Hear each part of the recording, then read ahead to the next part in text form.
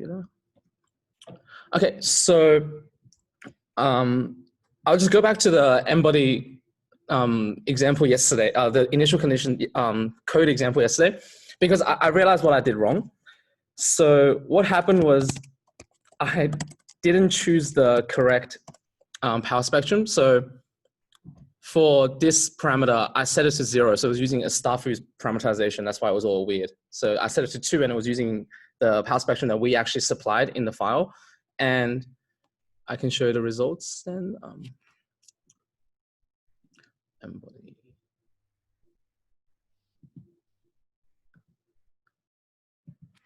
Yeah, so here, that's the blue line is the initial conditions we generated, and orange is the linear theory prediction from class. So which you generated the displacement. Yeah. So yeah, in reality, you expect them to match up quite well, even for a very low resolution simulation. So yeah, just remember to set this to 2. You can pretty much just set it and leave it, because you always want to use the input firepower spectrum. So might want to add the clarification here that the orange line comes from linear perturbation theory, and in linear perturbation theory, what you're trying to predict here is the Fourier space version of the 2-point correlation function. And in a linear theory, you can imagine predicting this number average over many ensembles. But in reality, if you want to measure it in the universe, there's only one realization. So it will always have noise. So in an n-body simulation, you're also only looking at one realization. And that's why it's noisy. Yeah. So this is something we have to live with. You know, if you're measuring, you will always get noise as well. Yeah. We only have one universe to measure. It's not like we have a million of them, so we can do averaging. But what linear theory predicts, it's kind of like an ensemble average. Yeah. So exactly. So if you want to get better and better, you can run more initial realizations, so you get different universes realized from the same underlying statistics. And you can see here the green dots are from one single realization, and it's noisy like how, what you see here. But the purple line is averaged over, I think, 10 different initial seeds. And you see the scatter becomes better as you're averaging over different realizations, because they should converge upon the underlying orange line, which is the statistical prediction.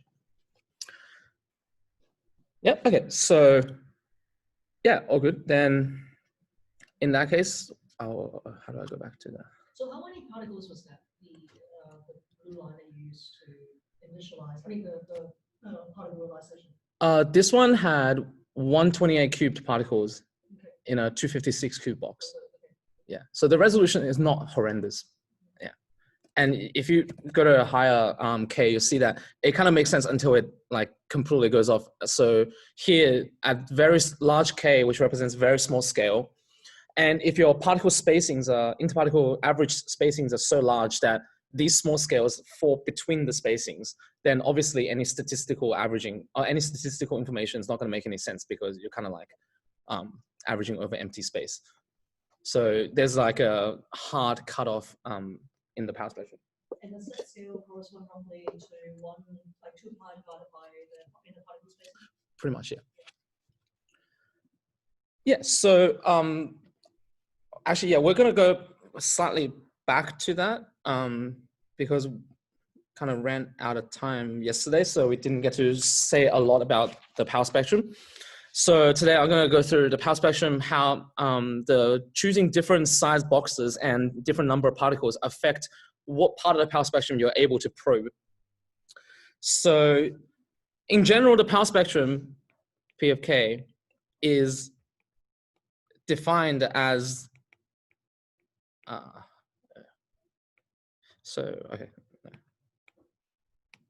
So it's defined as, you get some 2 pi cubes out the front and a delta, a direct delta, K minus K prime, and is the 2-point correlation function. So the Fourier transform of the 2-point correlation function. So, or you can think of the Fourier transform of kind of. I don't know if that's a direct correspondence. It is. Yeah. So xi is the 2-point correlation function in real space. So you can think of this as if I had a big piece of sky, and then I go to one point here, and here I have like let's just say overdensity. So I got more stuff than the average in the universe, and then I go to a distance x away, and I go to this point, and I ask, is there an overdensity here? Or is it an underdensity? Or maybe it's just some random, or maybe it's completely average. So if these two are both overdensities, then you can say they're statistically correlated. If this one's underdensity, it could be anti-correlated or have no correlation whatsoever. So this function basically captures that in any direction you go, as long as you're separated by this distance x, how much correlation do you expect from at these 2 points? So you can use this to estimate size of structures. Like, for example, having the amount of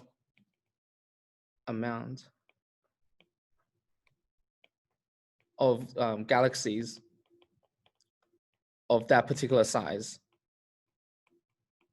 can be roughly like related to how much power you have at that of that size. So you can like kind of phenomenologically think of the power spectrum as predicting how much stuff you have at that particular k size. And so in Fourier space, the larger the k, so k being large, refers to small real size, and k being small refers to large real size. So if you have a power spectrum in k and p of k, on this side you have the very large scale universe structures, and on this side you have the very small scale universe structures. And you probably usually see it like this. Well, okay, no. And that's an intense BAO. There's some wiggle here, but it falls off like this. So that tells you the universe has a lot of medium-sized stuff, some very small stuff, and some very large stuff. And if the universe is completely homogeneous or not homogeneous, like if every scale is represented, then you can expect like a flat spectrum, but that's not the case for the real universe. So there's some features in here. So for the power spectrum in this case, then you'd expect on the large scale, where's the cutoff on the large scale when we do a simulation? So on the large scale, you can imagine the largest wavelength you can sample inside a finite volume is approximately the size of this box. Of course, like the real largest one is probably like from one diagonal to another diagonal, but a lot of literature just refers to the size of the box, because you'll see that even this wavelength is an overly optimistic estimate, because you have so little modes at this size that you can't trust that anyway. But yeah, so the largest wavelength you can sample in a box is roughly the size of the box. So that refers to a k value of 2 pi on the length of the box. So psi length L. So that just comes from the definition of the k vector being 2 pi on lambda. So this, for our example before, so if we had 256 MPC on H box size, then the k we expect to get out of that is, I can't do math in my head. Get a calculator. 2 times pi divided by 256 is about 0.025 H on MPC. And okay, I'd stop sharing my screen. But before, you can see that in the example that we had, initially the k that you can trust at the very end is actually more towards 0.5. Oh, sorry, 0.05. So even there, it's really noisy, and really you should look at K around 0.1 to start to think that what you're looking at has some physical meaning rather than just sampling noise. So this is the absolute minimum K that you can get, but should you trust that K is still another question altogether. So the best way to find a reliable K to go minimum to the minimum K you can reliably trust is to go into the power spectrum output file. And remember, it tells you in the third column how many modes you have. And you want to have a reasonable number of modes, so at least like maybe 2,000 before you can start to trust it. And also on the smaller scale, you have something that also depends on box size, but also depends on the particle number. So for this one, what's the formula for that? So on the smallest scale, the smallest wavelength inside the simulation you can sample correctly. So to sample a wavelength, you need at least 3 points. Because if you have a full wavelength, you need at least 3 data points like this to know that you have one wavelength in this area. So the smallest wavelength, so if these are particles, then the smallest wavelength you can sample is roughly 2 times. So K max, okay. Lambda minimum is about 2 times the interparticle spacing. So this is one interparticle spacing. And since you need 3 points to sample a wavelength, the smallest wavelength you can sample is about double the interparticle spacing. And interparticle spacing can be found by the number density in the box. So if you have the total number of particles and total number of particles n, and the box size L, then the interparticle spacing is approximately L divided by cube root of n. So this is 2 times L divided by cube root of n. And that's your smallest wavelength. I need to go to the next page. So then the maximum K, which is the smallest scale you can resolve, is 2 pi on lambda minimum. So that's pi times cube root of n divided by the length of the box. And again, this estimate is extremely generous when it comes to what you can trust. This is just the largest K you can physically sample. But really, like in reality, you probably can only do up to less than half of that for what you can actually believe to be true. So a better way to estimate this is the Nyquist frequency. So if you have a PM grid, not a better way, but like if you have a PM grid, then the density of the grid, so if the grid has lambda as the size of the grid cell, then your Nyquist frequency, F, Nyquist, is about, I think, 2 times, is it 2 pi on that? Yeah, something like that. So if you have a PM grid that's less resolved than the average interparticle spacing, then this one overrules the other estimate, because usually if you can't even trust what the PM force is doing below that scale, then even if you have the particles to sample it, you probably can't trust the physics there anyway.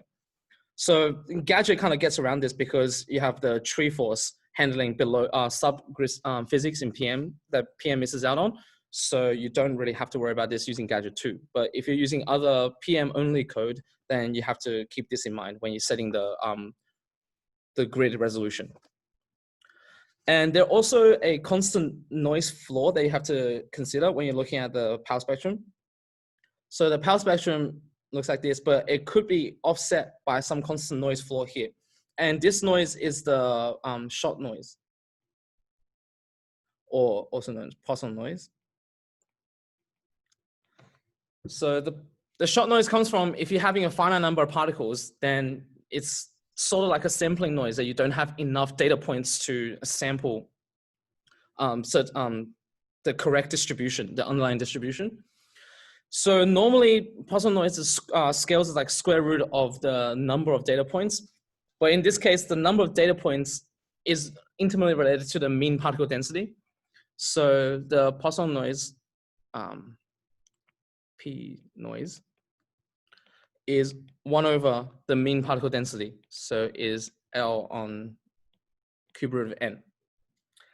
So for L equal 256 MPC on H and n equals 256 cubed, then this will give you the Poisson noise of just 1. And if you look at the absolute power spectrum's magnitude, around here is probably 10 to the 5. But down to here, you can get to around like order 1.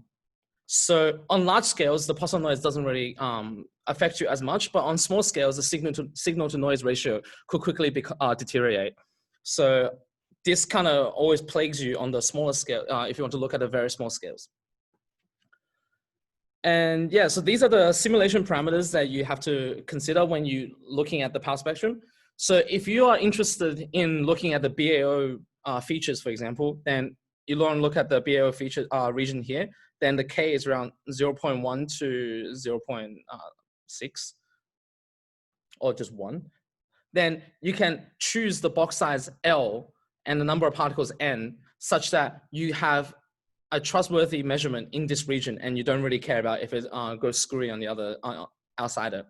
Whereas on the other hand, if you're looking at very large scale, for example, dark energy clustering, where you need to look on horizon scales, then you really don't care about these small scale features and you want to know how the large scale clustering changes here. So in this case, you can set your box L to be very large and you can make sure that you can sample the K min, which is given by 2 pi on L properly down here. So you have to increase L to push down the minimum K. But for most n-body simulations, you're really interested in the small scale region because the large scale physics is mostly linear. So if you're interested in it, there are probably easier ways to do this than n-body simulation. So most of the times you want to look at smaller boxes. So L is usually small and N is as large as possible. So Joe, a quick comment on the shot noise. Could you go back to the last slide, please? Oh, yep. Yep, here you go. So you have 1 over n bar. Oh, wait, hold on. That's not the right slide. Oh, where did I put this? Oh, did it get deleted? Oh, here, yeah. Yeah, okay. So you have 1 over n bar. Shouldn't that be L cubed over n and not the third root of that?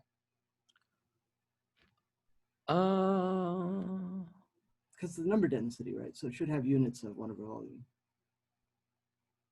L cubed on n. Oh, right. Yeah. True.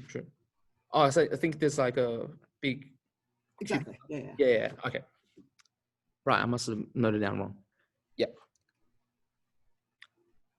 Yeah. True. Yeah. My bad. Okay. So yeah. So for most n-body simulations, you make the box relatively small and the number of particles as large as possible, as you can afford.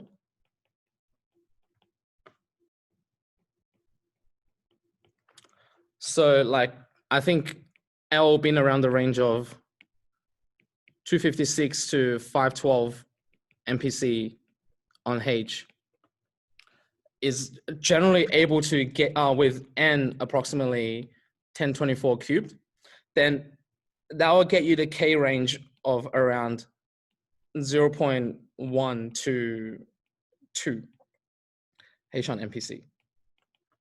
And this is where dark matter goes very nonlinear, but it's before you start treading on other kind of physics. So if you want to push the K even further, it's going to cost you more particles and even smaller box. But you got to be careful because as K get closer to, I think 5 or 10 H on MPC, then there are going to be baryon physics involved. So baryon physics comes on here. And we don't have baryon physics in our simulations because we don't have any like sensible way of actually modeling them without making huge assumptions. So even if you can get nonlinear resolutions down to this range, you can't really trust it because you're missing a big chunk of the physical modeling. So usually around this range right now, at least working on Katana is the sweet spot that you can go for. Yeah, and also if you have other types of particles, so if you're interested in neutrinos or other light mass particles, they could also pose an issue because the high thermal velocity will add to the Poisson noise, and because neutrinos, we know their light masses are very light, or other warm dark matter with small mass, then achieving higher mass resolution will also be more expensive to achieve. So for those ones, you're better off doing zoom-in simulations and try to do one big box with as many particles as you can, because you probably won't be able to afford it. Okay, any questions on the validity of power spectrum? How important is it to, like if I'm interested in small scales and now you're always choosing 512 side length boxes. Now I always think of it as, I always think that one reason we're doing that is that you do want to do this matching condition. You do want to match the linear result to linear prediction in order to use the scale back method. Yeah. Would that be less of a concern? So that forces you to choose a box that is fairly large, because otherwise you can't match. Yeah. Do you get around? Can you get around that and say, well, I don't really have to do matching if I do the forward simulation method with the n-body gauge? Can I get around choosing a smaller box size in order to resolve the smaller scales if I do things that way? I don't even think you care about the. Or is it generally a bad idea because you do want to? I mean, at least from the perturbation theory point of view, you do have mode coupling. So. Yeah, so I think if you go to really small, then like less than an MPC or something like that, then you probably start having issues that the large scale modes don't pass power to the small scale modes. Yeah. But for like up to like 100-ish MPC, you could get away with doing those small simulations as long as you don't want to do the stitching thing. Mm-hmm. So like I think Amol mentioned this. So if you have several different size boxes, then you have different validity regions. If you want to do it that way to match all of them together, so you expand your range of power spectrum sampling, then you might have issues at very small scale boxes, because then you might sit on top of like an overdensity mode of a large scale mode. Yeah, but if you are just doing one single realization at that scale, then it doesn't really matter. I'm pretty sure. Yeah.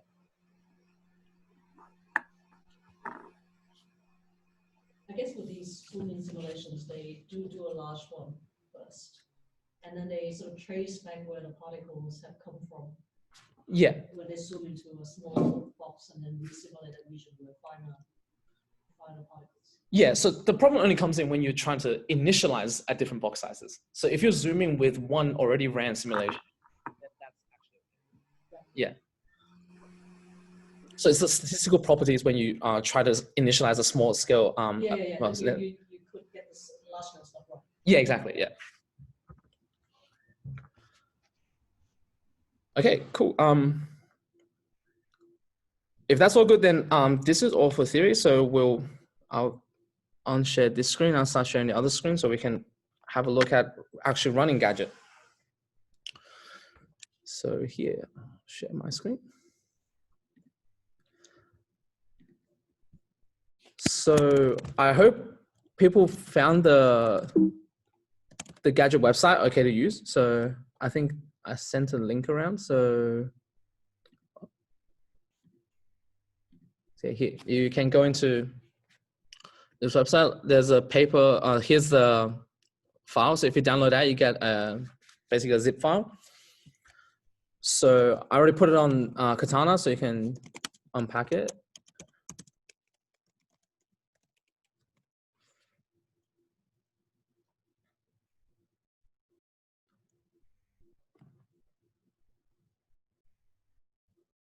Okay, cool. So the only thing you have to change is, again, just the make file. So Gadget needs FFTW version 2, GSL, some kind of MPI library, and a C compiler. So these you can keep them the same. So what you have to do is to modify one of these for the system that you're working on. So for example, here, we're working on Katana. So systype equal Katana. I'll delete this one. And you put in if equal systype. And you have your CC compile, so on Katana, you can use either just GCC or ICC or MPICC. Optimize.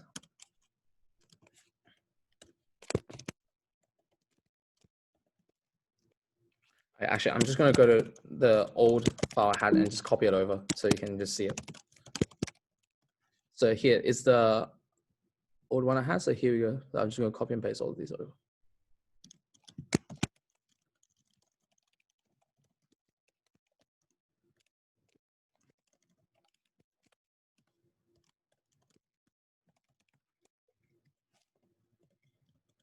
All right, there you go. So yeah, just make sure you have all the libraries linked. The HDF5 library is basically like, if you use Python, it's like Panda data frame, but not quite. It's like a hierarchical data structure. It's a bit easier to work with than the Gadget's binary output in the snapshots, but it's not necessary. And for most of the things that I discussed, like with the initial conditions generation and for the power spectrum estimation with Simian burst code, you don't actually need HDF5. You can compile it with HDF5 outputs if you want to port it into like a Python notebook or something like that to work with later on, because these might be easier to work with than trying to analyze binary files. I don't usually use it, so I don't really know what the specific advantages are. So you can like not include it if you want, but it might complain about a compilation. So I usually just leave the compiling path in there anyway, just so that the Katana, the compilation doesn't complain. And Katana has these libraries anyway. So yeah, after this, so you go up, Gadget is a bit weird, is that there are a lot of parameters you can set during runtime, but there are also a couple of parameters that you have to set before you compile. So for example, the size of the particle mesh grid that you want to use for the particular run has to be set before compilation. So here I have to set the size of the grid. So if I want to run 1 billion particles, 1024 cubed, then I want to set my grid at least 1024 cubed in size. If I have a smaller run, lower resolution, I can set it to 512 or even 256. And there are these commented out options. If you leave them as commented out, they will just be the stock standard variable. But if you want to change them, you can simply, 256, you can just uncomment it.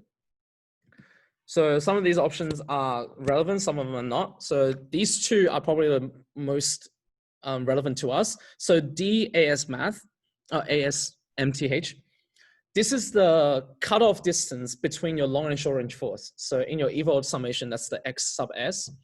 So that tells you that the cutoff is 1.25 size of the PM grid cell. So below 1.25 grid cell, short range forces dominate, and above that, the long range PM force dominate. And this DR cut is answers Young's question from yesterday. So that's the absolute cutoff distance for the short range force. So at any distance above 4.5 grid length, the short range force drops out completely. So you can fiddle with these two if you have anything particular in mind, but usually the stock version, the stock setting at 1.25 and 4.5 works just fine for everything I've done so far. You obviously want to keep the box periodic. For some things, I think if you're doing a single galaxy simulation, you can probably turn off the periodicity, but for any cosmological simulations, you want to have the periodic setting. Unequal softenings, this one is not so relevant for lambda CDM simulations. So this one refers to if you have several different particle types, their force softening length can be set differently. So if you have CDM particles, they might require one softening length, and you have neutrinos, on the other hand, might require a smaller softening length or a larger softening length to save your computation time. Then this option allows you to set the different types of particle to have different softenings. And okay, these things are always recommended, so I wouldn't touch them. The Ward clock, basically, you set a total amount of time that you expect a simulation to run for, and the simulation will kill itself at 75% of that time to make sure that I have enough time to write all the output files so you don't lose the progress. Because if on Katana, if you set your total time for the job as say 2 hours, and your simulation takes 2 hours and 10 minutes to run, then if you didn't set this wall clock, then after 2 hours, Katana will kill your job and your simulation will be lost and you don't get anything out of it.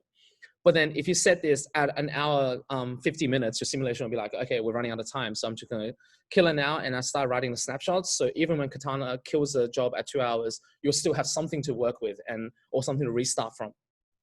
You use the snapshot as the initial condition.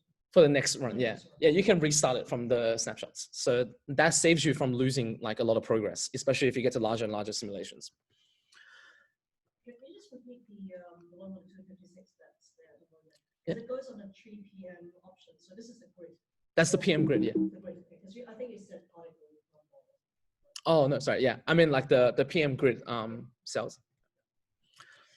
And yeah, there's enlarged region and high resolution region. These are for zoom in simulations. So I haven't really fiddled with these at all, because in cosmological simulation, I think if you want to zoom in, it's better to pause before you just letting it do its own thing immediately. Another question I want to ask is, when you write 256, the understanding is that there is like a tick per 1 unit. Yeah. That's implicit. Yeah. Yeah, so like that doesn't care about the physical length. It just means I'll just partition the box length into 256 chunks. Right. Yeah. And then there's a unit conversion thing that you have to specify, and that's the thing that tells it what actual physical scale is. Yeah. So the actual box length and the co-moving scale are set elsewhere, whereas this is just how to cut up a computational box. And the synchronization, this one you want to keep on, because this is what, remember we said that the PM force calculates itself once every while and the tree force calculates it more often. So this allows the two forces to make sure that they synchronize every 5 or 10 steps.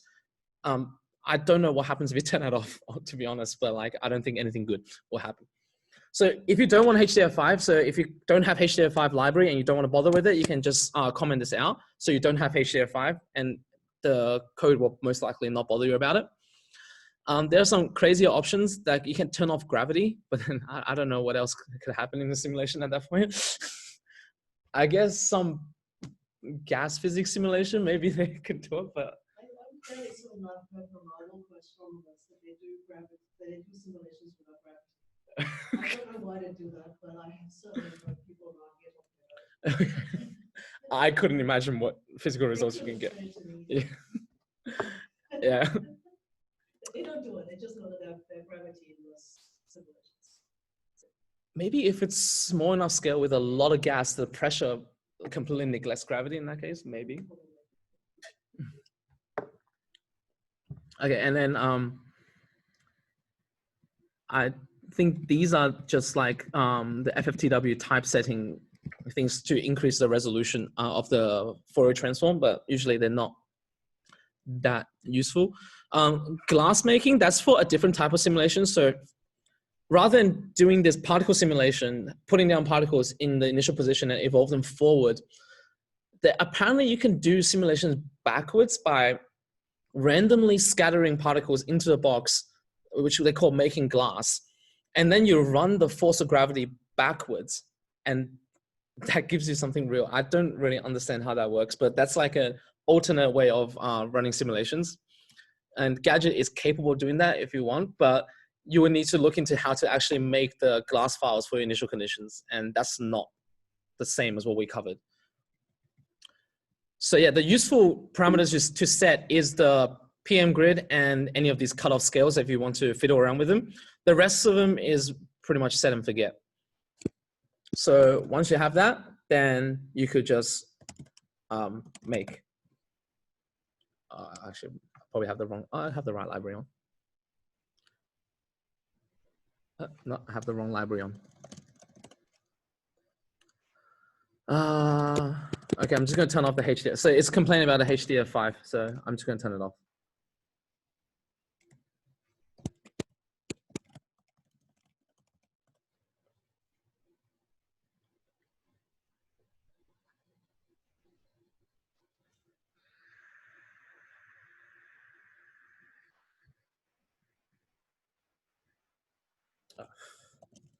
I have the wrong MPI, I think. Okay, remove FFTW because I have the version 3 on. I thought I had the right one. It didn't complain at the beginning.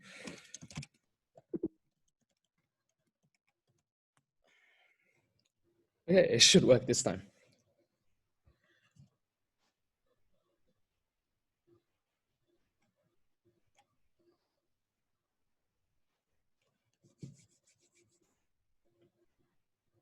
Okay, there you go. That's it. So yeah, just to show you the modules I have. So you have the MPitch, GCC, GSL, FFTW version 2.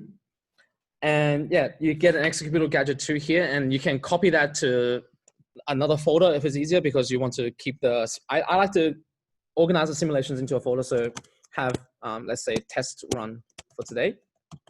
And I'll just copy a version of the gadget 2 binary to the test run. And if you go to here, you can just run gadget if you once you have everything else set up. So now, okay, what you do need is a parameter file. So there's a folder called parameter files in the standard gadget 2 that you download. So these are like the example ones that Volker gave.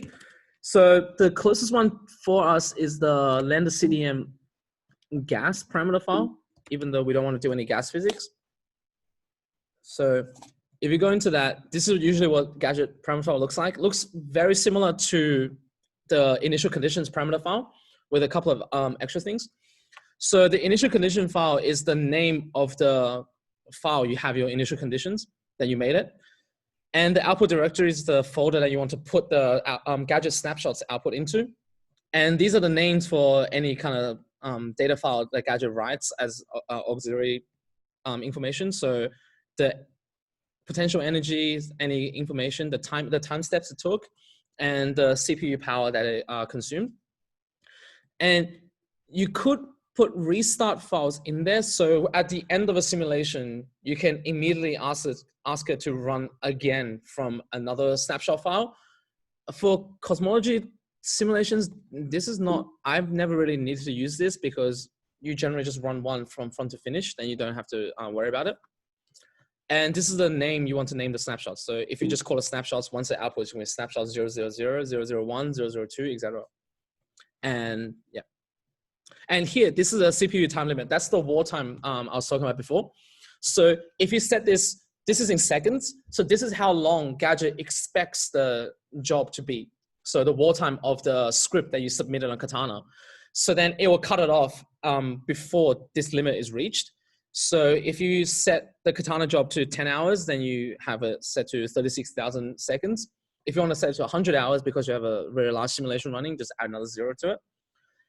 If you're certain that your simulation is gonna finish within the Katana wartime, you can just set this as high as you want to make sure it never kicks in. Or you can go back to the compilations and delete the compile option.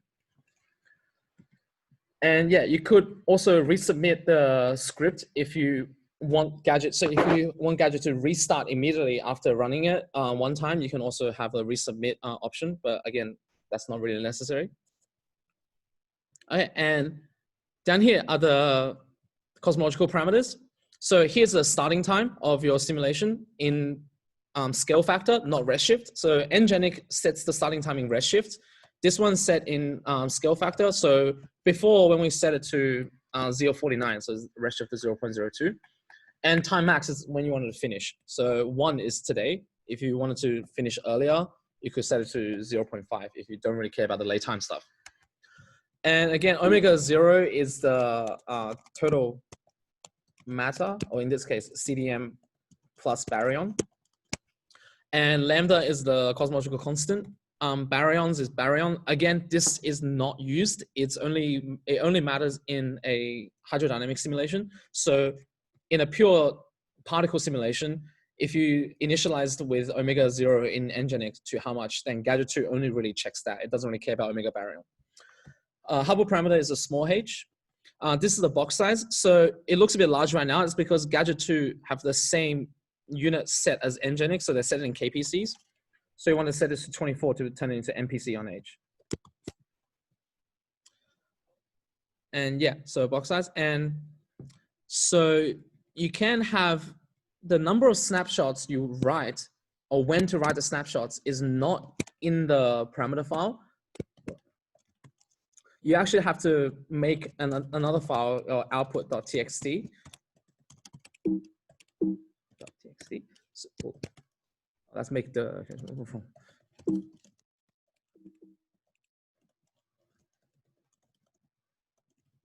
So in a text file, you just want to put in the number, all the scale factors that you want to output the snapshots at. So say output as 0.49, A of 01, 0.05, 0.8, and at today. So Gadget will read through this file, and then every time the runtime reaches one of these scale factors, it's going to pause the simulation and write a snapshot and then continue on.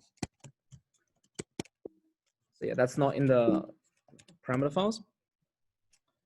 But in the parameter files, you do have to tell it where to read this output. So here is the output list file name. That's the name of the output file that we just made. So that tells Gadget where to look for the list of output scale factors. So outputs.txt. And yeah, the number of files per snapshot and number of files written in parallel. This is if you have like a really large simulation and you want to take the snapshots off Katana onto your own computer. Katana probably won't let you download a billion particle snapshot because of like, I think 10 gigabytes. So if you want to take the, move them easily, then you can break down this 10 gigabyte snapshot into say 10 smaller 1 gigabyte snapshots. It's same amount of information is written there. Since it's a binary file, Gadget simply just chops them out in 10 pieces and put them in 10 different places. So for all purpose of analysis and other things, it doesn't change anything. It just makes it easier to move files around. If you never intend to like move the snapshots, then you don't have to worry about this. You can set it just as equal to 1, and Gadget is happy to write the output for however large the snapshot is. Okay, and these are some of the parameter files for the accuracy for the time steps. So this is the tolerance accuracy for the acceleration. If you for the time integration. So making this higher is going to give you a larger tolerance, and the gadget is going to run quicker, taking less time steps. And again, this you can set the max and min time steps. So Gadget can flexibly choose time steps between these two. But if it ever wants to choose a time step smaller than the minimum time step or larger than the maximum time step, it actually complains and stops the simulation. I think internal time units, so not physical time units. I can't remember exactly what it is. I mean, it has to be with the dynamics of the system. Yeah. I could find it here, so I got a gadget manual here.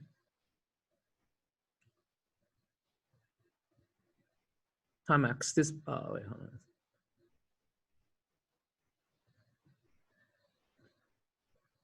Okay, so parameter sets the maximum time step particle might take.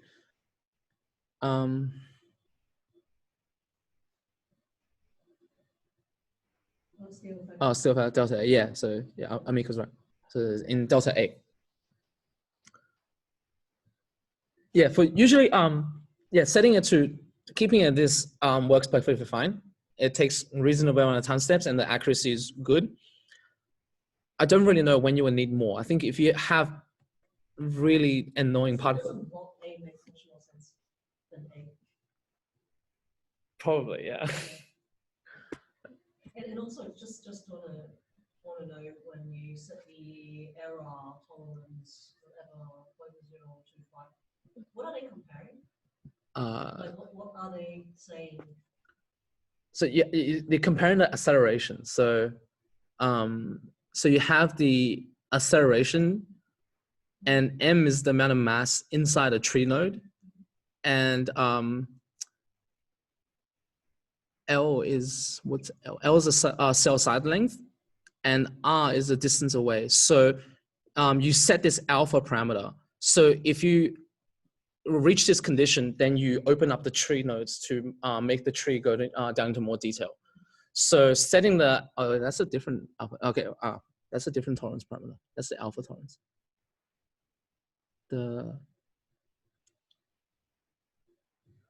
What's that one called again? Error to inaccuracy. Oh, here we go, this one. So dimension parameter controls the accuracy of the time step criterion selected types of time step criterion. Here, so you set eta, so the time step is given by compared to the acceleration, and you set this eta parameter to given an acceleration, how big a time step you're allowed to take. And the Coulomb factor is for hydrodynamic simulations, so that's not for particle simulations. It basically it's for the Coulomb condition to make sure that your fluid elements don't cross more than one grid cell per time step. And here is the tree, what's it called? Accuracy parameters. So yeah, the first one, the first one is the opening angle. So that's defined up here as, so this one. So if you have the Barnes-Hart tree, it has some particular angles in it. Like you can look up the actual Barnes-Hart algorithm. I'm not actually that familiar with this one. But I think the larger you set this, the less likely the cells are going to open.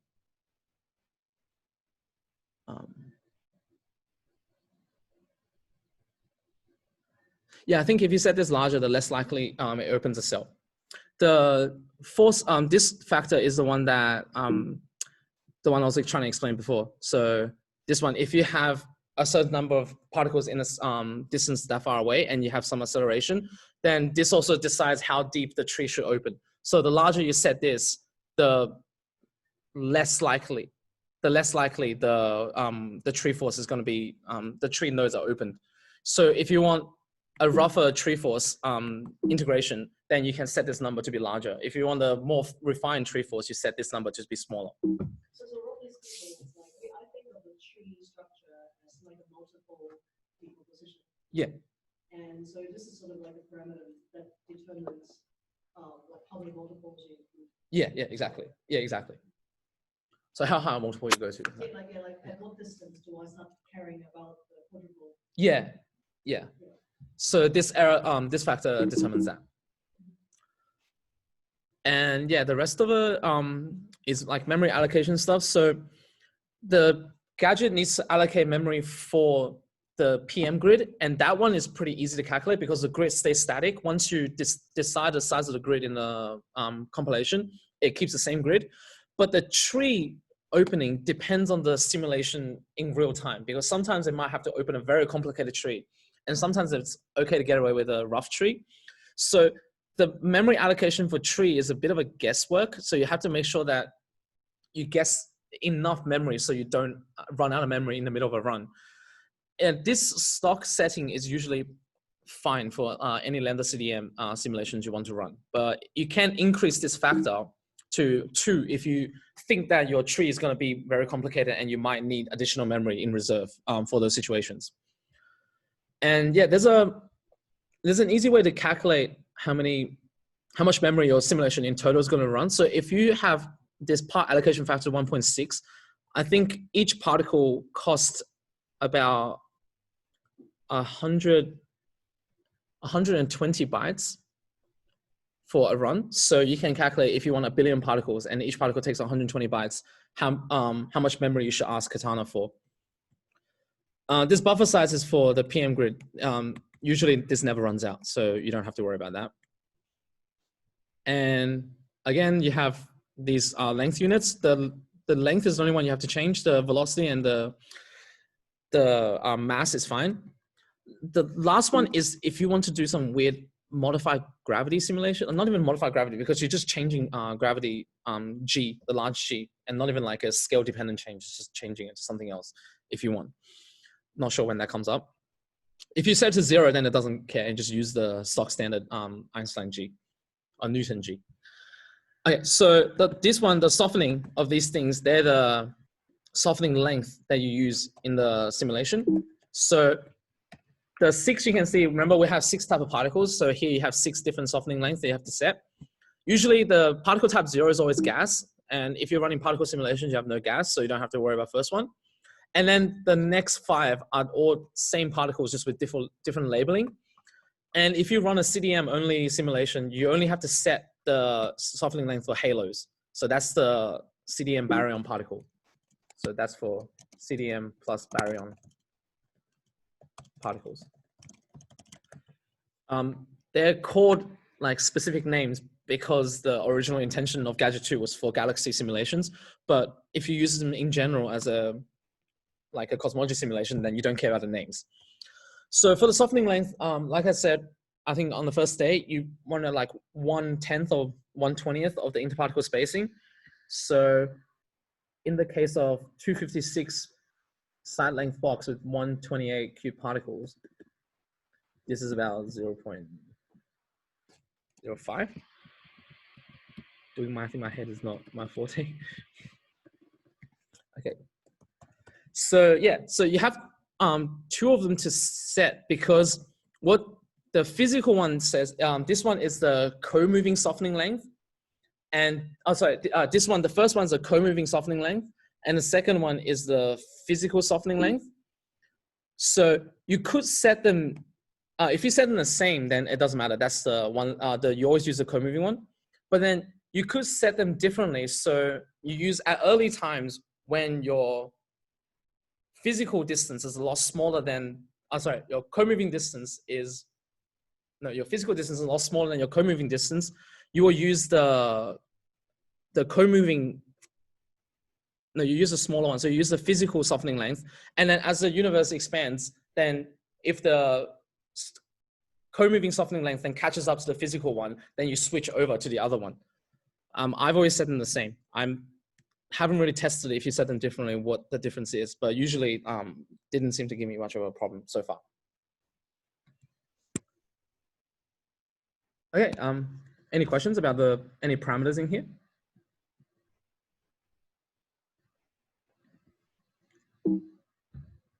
No, all good. Okay, so let's try do a test run. So go into the test run folder. So you have the Gadget 2 binary. You also need a folder to put your output snapshots. So make a folder for output. And then want to make a output file. So the time steps, we want the snapshots to be written. So let's say 0.1, 0.5, 0.7, and 1. Actually, 1 is not necessary because Gadget would automatically write an output snapshot at the end of the run. So if you set your final time to 1, then Gadget will output a snapshot anyway. So if you put 1 there, it will be redundant. And also, Gadget will always output, the Gadget won't output an initial snapshot, but if you put the initial time, say 0.02, that snapshot will be the exact same thing as your initial conditions. So it's also no point to look at that snapshot. So usually just choose a time in the middle. And so you have these 2, and now you have to, yeah. Actually, Gadget reads the whole thing and then sorts them out. So maybe Gadget is smart enough to actually work it out if you accidentally jumble the order up. But like usually, like it's 5 or 6 numbers. You generally wouldn't be worried about that. Okay, and yeah, you also need a parameter file. So I'm just gonna go somewhere else to copy one out because it's too hard.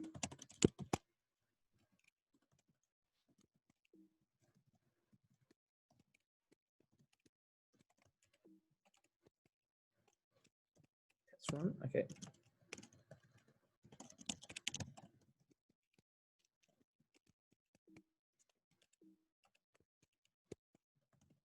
Okay, and then you also need a script. Ah, damn! I should have got a script while I was in that folder.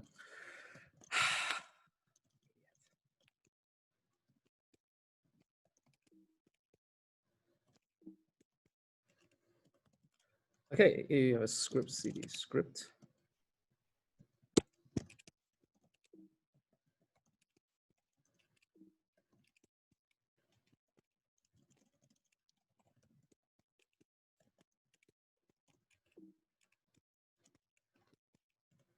Okay, so the script file, okay, this one only really applies to Katana, but I think bash scripts for other clusters might be pretty much the same. So you need this bin bash in the beginning, and then PBS. So this one n, this is just a name. So call it where you want the simulation to show up on the Katana queue. People usually get creative with this. Like I've seen Optimus Primes and COVID-19s show up a lot in the queue. But this one we just call it test run. And the next line is the selecting, like how much resources you need. So select is how many nodes. So on Katana, I think on average, each node has 32 CPUs and 186 gigabytes of memory. Some might have more, some might have less, but if you ask for more, then they won't put you on the one that doesn't have enough. So it's usually okay to just ask for how much you want. So usually one node is enough for most simulations. And number of CPUs, the more you put in, the faster the simulation will run. There is a limit on the optimization. For example, if you have your PM, because the CPU parallelization is that they cut the box into slabs and give each CPU one rectangular slab of the box to work on. The problem is if your box has like PM grid cell of 4 by 4 by 4, and you have 6 CPUs, then there's no way for you to cut like the box into smaller than 4 pieces. So the 2 CPUs will be redundant. But in that case, in any realistic case where you use like 256 cubed grid cells, you'll never run into this problem. Unless you're Simeon Bird, and apparently you need to rewrite Gadget to make it run for 1,000 CPUs. But we'll just ask for something reasonable, let's say 24. And memory is for how many particles you have. So like I said, you can estimate it by calculating it. Usually from experience, 1 billion particles will cost you 180 gigabytes. For 512 cube particles, 50 gigabytes is enough. For even smaller ones, just 20 gigabytes is enough. If you have a really toy simulation like the one we're running, like just even 16 gigabytes is perfectly fine. Wartime, this also kind of takes a bit of guesswork. For 1 billion particles, this will be on the order of 120 hours. Usually I set it to 150 just to be safe. You can ask for 200 hours without any real special reason on Katana. If you want to run for longer than 200 hours, you can email them and ask for more time. But since Gadget allows you to restart from snapshots, if you really do have a really long simulation, you can just do it manually by restarting. But yeah, 200 is the absolute limit for the cluster UNSW. So for a small simulation like 512 cubed, 8 hours is perfectly fine. For even smaller ones like the one we're running, just 2 hours will be enough. And I forgot what this does. This is the email address that they send any updates to. So when the job is finished or when the job gets rejected or when the job stops for some reason, they will email you at the updates at this email address. I forgot what that does either. Okay, and then because how Katana works or most clusters work is that all of the fiddling to compile the program happens on the head node, and you're not meant to run the program on the head node. You're meant to submit that so the cluster will take your job and then take it onto a different node or a different computer cluster, a different part of the cluster, and then run it over there. So when you get there, you can't assume that computer cluster, subcluster would have the same modules loaded. So you always want to reload all the modules to make sure you have everything you need for your program. So module purge clears all the module on that node at that point, and then you module add all the ones that you need. So here you have, I added the C compiler, the MPitch, FFTW, and GSL. If you write just the module without the version name at the end, it will give you the most recent one or the most commonly used one. So for GSL, for example, I don't really care which one it uses, so I can just write GSL. But for FFTW, I really have to specify which version it is, because if I just write FFTW, it's going to load version 3, and that's not going to work. Joe? Yep. Is there a way to compile a static executable that includes all the libraries so you don't need to bother with the modules at runtime? Yes, if you have all the modules compiled on your like on your account, and then you can link the path to your own folders in the Scratch account, for example. Then it's fine to run it without the Katana modules. Normally, this happens at the compiler level. You give the compiler an extra flag like -static or something, and then it puts all the dependencies into the executable. Oh, I don't know about that. Maybe you could. Okay. Yeah. This is quite old. I think this program is like 20 years old at this point. So like, I wouldn't hold my breath on it doing anything fancy. Yeah. Yeah. Then if you're using a newer code, like Yeppa's concept is able to do that. And maybe some newer code is got that taken that into account. But for Gadget, I always had to load these modules. Yeah, so okay, this one I've done the dumb way, but like I'm sure there's a way to CD yourself into the folder that you want to run. So you want to CD into the folder that you have all the parameter files, your initial conditions file, and the gadget executable, that the binary file. So in this case, we're not here. So for me, I have to change this. So go to playground, workshop.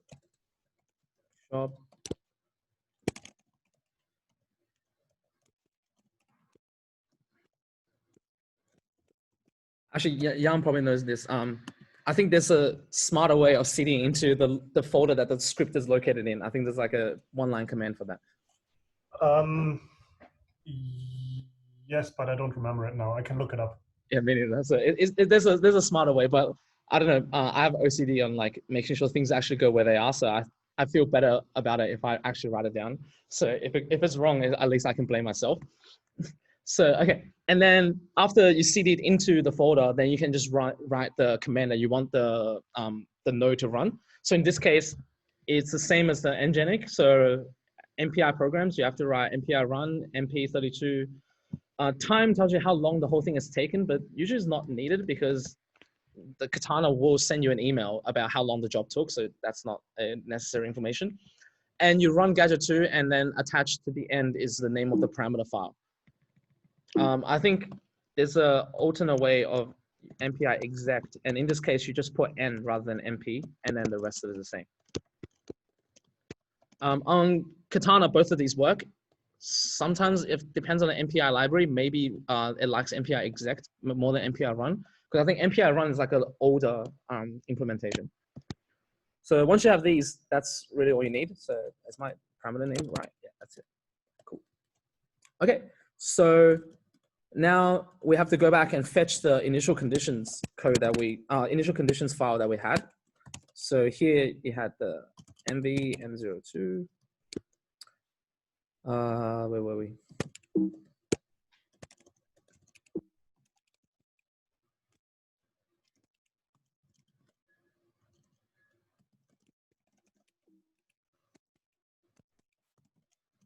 All right. So that's the name of the initial conditions file. So go into the parameter file, and I'll change that. There you go. And make sure all the parameters are set correctly. So I took one from one of my other runs. So these are set as I expect them to. Yep, all looks correct. And once you have that done, and you make sure you have the output folder, and you just have to qsub script. And if you look at it, here it is. The test run is waiting in the queue. It's asking for 16 gigabytes of RAM, 24 CPUs and 1 node, and asks for 2 hours of wartime, and it's queuing. And once Katana finds the appropriate resources, it will put this put your job onto the node, and it will start running. So you can keep updating to see. Okay, depend on the traffic on the node. So if you just write qstat -u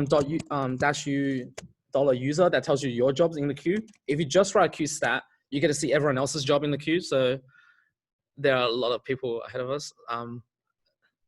Is this UUT? Yeah, you can see other people. And if you want to stalk someone, you can just take their ZID and that tells you who they are. So like if you see someone taking like a gazillion CPUs and you want to yell at them, this is how you find out.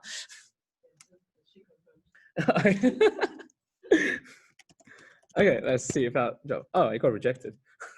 What happened? Why is it Cosmo 200 as opposed to Cosmo 12? That's the maximum amount of wartime you allowed. Yeah.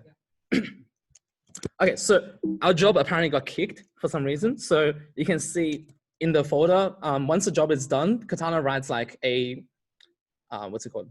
Like a log file in this one. So let's go into the log file and see what went wrong. Okay, if you get this error, it's because Katana put you onto a node where they don't have MPI, so you can't run MPI programs. So you just have to sub it again to try RNG it onto an MPI node. No, well, you probably could, but like it's a bit beyond me right now. So I got lucky with these two, like they got RNG'd onto one that works immediately. Maybe that's why they maybe ran out of MPI capable nodes, so this one keeps getting squished on the one that doesn't work. Yeah, or like if you realize that you, I don't know, like I don't know how they allocate resources. I think the more blades you buy, the more they are willing to give your group. Yeah. So yeah, if you realize that, okay, this run is wrong, or like I don't care about it anymore, you can delete it by qdel 662544, and if you go back, it's been deleted, and it won't write an output file. It won't write a log file because you deleted it before it started running. Oh, actually it did. Okay, so it's empty because nothing happened. So sometimes for very small simulations, if you think you can run in like 30 minutes and you really want to stare at it for some reason, or if you are debugging and you want to make sure that everything is working correctly, you can qsub interactive jobs to run this in real time. So you go in the queue as well, except rather than Katana doing the job behind the curtains, in here, if you run it, you get to see all the outputs of the program. So if you made a modification to Gadget and you want to see what happened, and want to see if it's working properly, you might want to do an interactive job so you can see the outputs as it's running. So I don't like you want anything from it. No. Yeah, because there's a limited amount of memory and CPU on the front end. So if you start running things that occupies memory, other people can't even edit the text files. Yeah, so it's just to make sure that it's just for admin purposes, kind of thing. Yeah. They yelled at me once for even just compiling something for too long. I think compiling Yepper's concept took like 2 hours, and they were like emailing me saying like, you're taking up so much CPU clock space, like what is happening here? I was like, I'm just compiling a program. Yeah. Okay, so yeah, here we go. So it's ready pretty quickly. Let's hope this one has MPI. Okay, so let's go to where we were.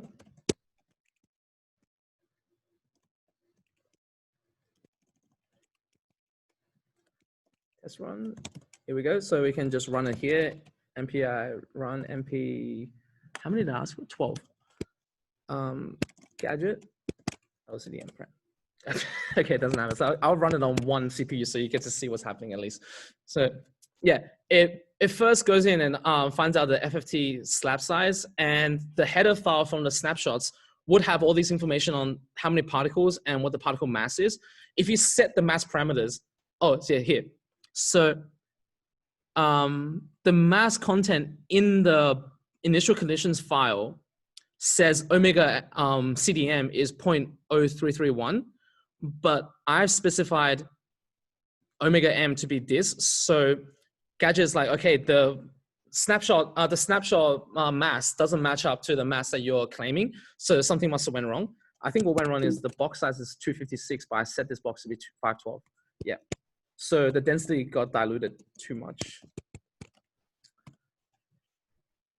So here, try it again, and yeah, it seems happy this time. So you got 256 Q particles, and it starts doing this thing. If it's on one, if it's only around one processors, then it's going to be pretty slow. Okay, yeah, even condescends you for running it only on one processor. Okay, and you can see begin transfer at 0. You have starting the PM calculation, done the PM, starting the tree. And you can ask it to output more things if you want. And yeah.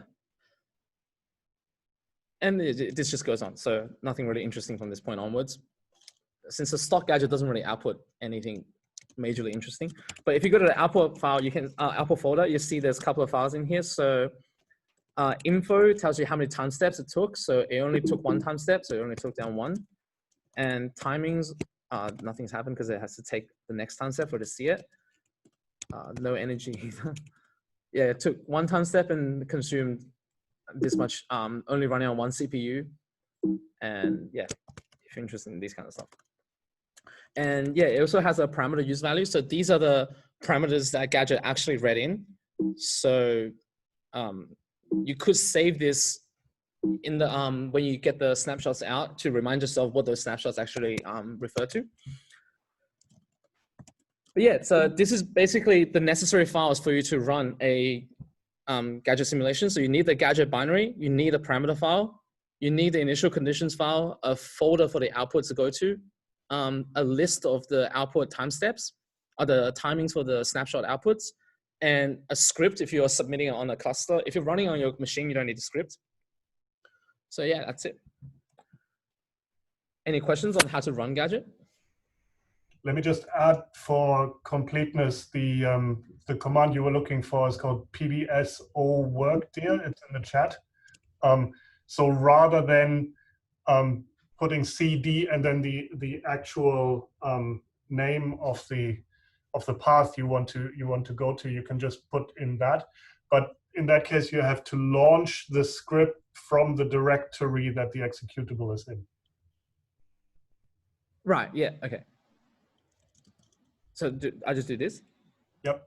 Yeah. Okay. And then yeah, as soon as this gadget 2 is in the same place as this script, it should be fine. Yep. Yeah. Yeah. So that's the shortcut for going to here. Otherwise, you have to write out the entire thing. So it's a bit more fail-safe, because if you make copies of your code, maybe sometimes you forget to update the path in there, and then you launch it from the correct directory, but it actually runs it in a different directory, which is not what you want. Oh yeah. So with this PBSO work, it always launches the code that's in the directory you're currently in. By currently in, is that where you launch the script from, or where the script is? Where you launch the script from. So yeah, you have to go into the folder where the script is. You can't launch it from the parent folder. Yes, you can. I mean, if the script is in a subfolder, then you can still launch it from there. You just have to give the path of the script, the relative path of the script from that folder. So PBSO work dear is a shortcut for the directory you're in when you launch the script. Yeah. So yeah, you have to think about where you are, not where the script is. So. Yes. Yeah. Cool. Okay. Yeah, and I guess now I want to just quickly go through just all these files in Gadget 2, and let you know a few common insertion points if you want to add new physics or modify the physics on where to go. Sorry. Stop here. Okay. Okay. Let's pause for 1 sec. All right. So yeah, let's just have a look at what roughly the Gadget the files are doing. So because Gadget is it's not the best embodied code. It's not the most efficient. Yep. You're not recording. Oh, am I not? Oh, did I stop it? Sorry, never mind. You are. Oh, okay, cool. Right. I thought I clicked stop. Yeah, so Gadget is not the most efficient, but it's good enough for what it does. And I like it because it's quite well documented, and it's partitioned into very well-defined modules, and they're pretty self-contained. So if you want to modify the physics, you can generally do it just in a couple of places and you're done. There are some other codes that kind of sprawl all over the place, and it's hard to find where things are. So yeah, The one common one is so if you have, say, quintessence dark energy, so you want the background expansion history to change, and you have a non-trivial time dependence for the late time accelerated expansion, then you don't have to modify any of the particle dynamics because the forces remain the same. The only thing you have to do is to change how the box expands and how the distances expand. So this is usually done in so in time step, in where is it? The drift fact, Yeah, the drift fact, the time step, and also begin run. Those are the places where the Hubble rate enters, and you have to modify those. So here, yeah, so the time step part, you'll see here, Hubble rate shows up. And if you want to modify the dark energy to add in additional time dependence, then you have to add in whatever time dependence you want into these places. And yeah, in the drift fact as well. So in the drift factor, this is the drift part of the drift and kick in the leapfrog. So how you let things drift will depend on how quickly the box is expanding and how the co-moving distance is changing. So here you have several places where the Hubble rate enters. So yeah, here, the integration kernels for the drift and the gravity kick, and okay, the last one's hydro kick is not used. You don't use it unless you're doing hydrodynamics. And I don't know why this growth factor integration is here because it never gets used anywhere. But you do have to modify the drift integration kernel and the gravity kick integration kernel with the correct Hubble factors. And also, yeah, in begin run, I think there's a Hubble rate that enters here somewhere. Or maybe not. So normally in the standard stock version, it would just be reading, Gadget would just be reading a parameter or like omega lambda from the params file. Yeah. Yeah, and it'll just calculate Hubble rate with the freedom equation. Yeah. Yeah, I guess back in the old days, they never thought about weird evolution history. No. Yeah, they just had, they always assume it's a cosmological constant. Yeah. So yeah, and So you can't even do curvature. you can do curvature because Right, okay, whatever's left over is yeah, curvature. whatever's left over. Yeah. So it depends on how you set the parameters. Yeah. So yeah, if you want to add additional parameters, you can do that. So in the read, where's it? Read param. No, not read param. Where's it? The read file. So basically, if you want to modify the Hubble rate, all you do is to go through some of the file. Okay, I mean, you found all the places where the entry points are. But in principle, you can just go through every file and search for Hubble. Oh yeah, you can just grep like that's basically how I found them. It's like you just grep Hubble, and yeah, it just comes up in time step. Oh, okay, it didn't come up in another one. Yeah. Oh yeah, sorry. So in begin run here, you add the parameters. So here is the list of how it reads the parameter file. So each one of these, this is a title that you want to put in the parameter file. So when the gadget reads the parameter file, it'll find that string, and then whatever number is after that string, it's gonna tag it as the parameter you set here. So for example, where is it? So omega 0, for example. So after omega 0, I put the mass density fraction of the dark matter, and it will assign that number to the parameter or dot omega 0. So when Gadget in the other files start calling the dark energy density fraction, it's going to call this omega 0, and it's going to be set to the value that you put in the parameter file. And here you specify what type of parameter is this. So double precision number or integer or string, depending on what parameter it is. So if you want to add, for example, a dark energy equation of state, you just do CPI tag NT WA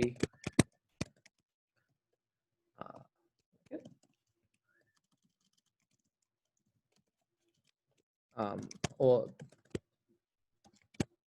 WA IDNT ++ to move on to the next one, and this will be a double precision number. So there you go. So now you can put WA in your parameter file as whatever time-dependent equation state for dark energy, and when you run Gadget, Gadget is going to go through, read it, and then assign it to that this variable to that value.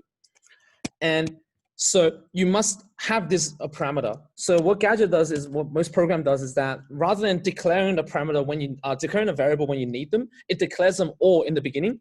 So these all vars, the all variables .c and .h, this include all of the declared variables inside Gadget that's going to use. So if I want to add a equation of state parameter, for example, here, I will have to go in here and add a W of A here. So that's how the parameter reading file knows that there exists a WA variable. If you don't put it in the all vars file, then this variable technically doesn't exist. And even if it reads in the parameter file, you have nowhere to assign it to. So you have to add this in. And you also have to add it into C as well. Actually, no, you don't. You just have to add it to one of them. .h is fine. .c is for more the pointers. And also, if you want to go even fancier, if you want to add a function into a Gadget, that's fine as well. So proto.h is where all the functions that are defined first as a prototype before the definitions are then fleshed out in the specific files. So for example, you have functions that does a domain decomposition. Right now, you're just declaring in here saying there is a function that that does the domain decomposition. I don't tell you what it does right now. I just tell you this function exists. And then in the domain decomp file, I then flesh out the details of what this function actually should do. So the reason to doing this is convenient. So because all the things are defining all these different files, if I define a function in a drift factor.c file, a function in PM non-periodic might not be able to see that in terms of the scope. It can't see it. But then if I have them all declared as prototypes in this proto.h file, then in every single .c file, I just have to include the proto.h. So then every function in this particular .c file has a scope and be able to see all the other functions in the other files. So it's a kind of like a programming trick to make sure that you don't run into visibility issues. And yeah, okay, so PM periodic.c is another common place for you to modify the physics. So this one is for modifying any force. So this one does the particle mesh force in the periodic way. So if you turn on periodic, you do this one. If you don't, you work in a non-periodic version of this .c file, but you generally don't want that. So here it does all the things that we described. So it does the Fourier transform of the density field into K-space, and you get the Green's function for the peculiar potential for solving it in K-space. Once you solve it in K-space, you then inverse transform it back to real space, and then you can and you do some MPI passing around between the processes, and then you can read out the force, get the force component by finite difference in the potential. So a lot of times, if you're working on any kind of modifications that modifies the Poisson equation, so you are adding in additional components or scaling the gravitational potential after it's been estimated, you can hijack the process in between here by modifying the rho grid, so the potential grid in K-space, with some additional factors. So say multiply by half, just to half the gravitational force for some reason. Then in this case, it's gonna do all the gravitational force calculation normally with all the particles, but then before this gravitational potential is being passed off to calculate a force, you then tempered with the gravitational potential. So the actual force acting on the particles are a lot weaker or a lot stronger depending on which way you modify this. So things like quintessence, not quintessence, modified gravity, chameleon, dark energy, and or like scale dependent, like neutrino free streaming behavior and stuff like that, you can modify here by hijacking the Fourier grid process in the PM algorithm. And yeah, you can write much more fancier ways to have like K-dependent modifications. So for large K, it modifies it a lot. For small K, it doesn't, and things like that. So yeah, this is the other common point. The actual force part, it's a way more complicated, so I wouldn't really work here unless I have to. Usually, if you want to change the gravitational force, modifying the potential is perfectly sufficient. And then the tree force is in somewhere totally different. So you have the grav tree. This one is the force that the tree level algorithm uses. So for things like neutrino physics, you know that on very, very small scales, the free streaming behavior means neutrino don't affect things at all. So you can generally leave out these modifications from the tree algorithm and only do it in the particle mesh part. But if you have something that increases in strength on small scales where it doesn't really matter on a PM scale and on the tree level, it's really important, then you can modify this file to add in additional forces for the tree. And yeah, this one's a bit more complicated. So you have to sit down and really read through it to figure out where the things are, where to actually add the terms. Yeah, and besides that, the rest of it is pretty mundane. So if you want to know the actual structure of the gadget code, so how does it, in what sequence does it call all the functions? It's in this run.c file.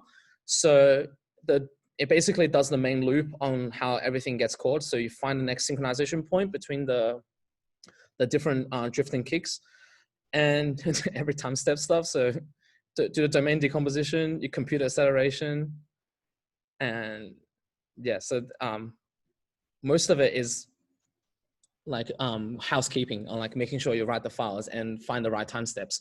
The actual force calculations are confined to just the PM and the graph tree folders. So yeah, that's basically the thing. Oh, and sorry, and one additional thing is in the make file, if you want to add an additional .c file. So for example, I want to add a linear neutrino perturbation code. So I add a new linear multi-fluid .c code and I save it. So now I have this additional new linear multi-fluid .c that contains some part of linear physics that I want Gadget to know about and read out of it. So in order for me to add this to the compilation process of Gadget, I have to go into the make file. And down here, you have all the objective files that Gadget are going to compile. So here I have to add it in. So add in somewhere, new linear multi-fluid.o. And now when Gadget is compiling, so make is going to go ahead and try to compile the, so here you can see it try to compile the multi-fluid, the linear module that I just added in. So that's how you add additional .c files into Gadget. And you can also add, so if I wanted to add another .h file, because whatever I'm doing is a complicated modification, then you also add it into the same place in the make file. So here at the bottom, you add all the additional include .h files. So linear mflr.h. So now when you make Gadget, it knows to make it with the .h as well. I haven't got to it yet, but yeah. So that's generally the way to modify Gadget to add additional physics in. And if you are confused about any of these, Volca have some very good documentation. So the user guide is quite comprehensive for using the stock standard Gadget. If you want to know the actual like code structure on where to modify things, then it's better off reading his paper. So I think it's this one. So in the Gadget 2 paper, he goes into a lot more detail about how each part, like the collisionist dynamic, the hydrodynamics, what is in the tree algorithm, how does the PM algorithm method work, how these things work. So if you want to know where you can do additional physics or where to put the additional physics, this paper is a better place to start. And yeah, that's basically it for this whole n-body simulation business. You have generate initial conditions, power spectrum estimation that's written by Simeon Bird, and you have a Gadget 2 code that's fairly malleable for additional modifications. And yeah, go nuts and have fun. And let me know if you have any questions or need any additional clarifications. Well, who can read this? What do you use to read these snapshots? Like, so you can make these pretty pictures of. Oh, yeah. So that's a program called Gadget Viewer, also made by Simeon Bird, I think. Oh no, he didn't. Jay Shelley or someone did this. Okay. So yeah, this program, it's pretty easy to configure and compile, and you can do this on your computer, on your local machine. You don't need to go into Katana to do this. So I can show you. n-body, so I have the Gadget Viewer here. So once you compile it, it will come up with this binary. So it's like an executable that you can open, and it will open a program like this. And you go File, read gadget snapshot. Do I have any snapshots? I think I do. No, actually, I leave most of them behind when I do these things. Oh,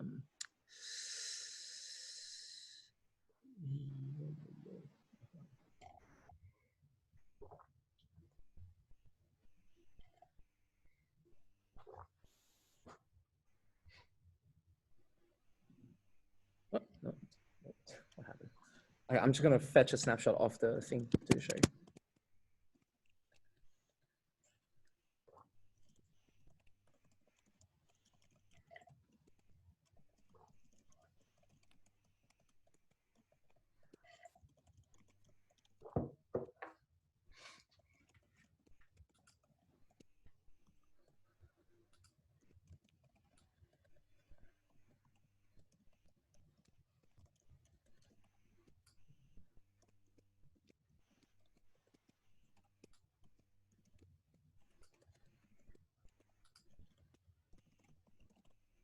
Okay.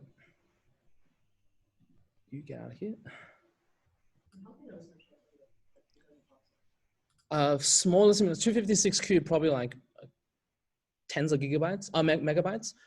For 512 cube, probably hundreds megabytes, and for the billion particle runs, they're in several gigabytes in size. So I think I have two sets of simulation, billion particle simulations on Katana, several sets of simulations on Katana, and it's taken up 4.4 terabytes of the storage. So I'm waiting for someone to yell at me. So I'm apparently personally responsible for 28% of the entire Scratch directory. Okay, I fetched the snapshots. So go in here, file, read gadget snapshots, documents. Here we go. So snapshot here. It's going to read it in. Okay, so the color's always shit, so you have to set the colors. So here you go, type 1. So these are the same type particles that like the gas and your 5 types of particles. So I don't know, I think blue to white is usually a nice one to use.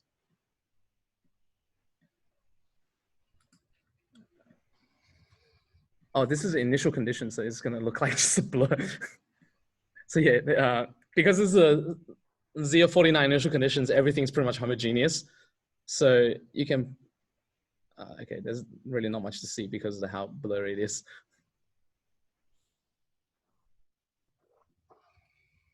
Yeah, okay, I don't have a later time snapshot, but yeah, in this program, you can make them rotate, and it has options to make movie. The plot thing doesn't work. It just makes a weird like density plot, which the mass plot, which is completely worthless for these kind of simulation because you only have one mass. But you can make a movie, but then it just outputs like a whole lot of .png files, and you have to like compile them into like Movie Maker or something. But yeah, this is a visualization way of doing this. I think I have an example in here.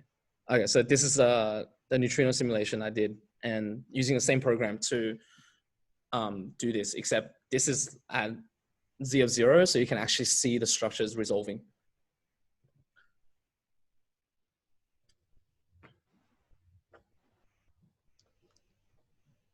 Yeah. Any questions? Comments, concerns, complaints?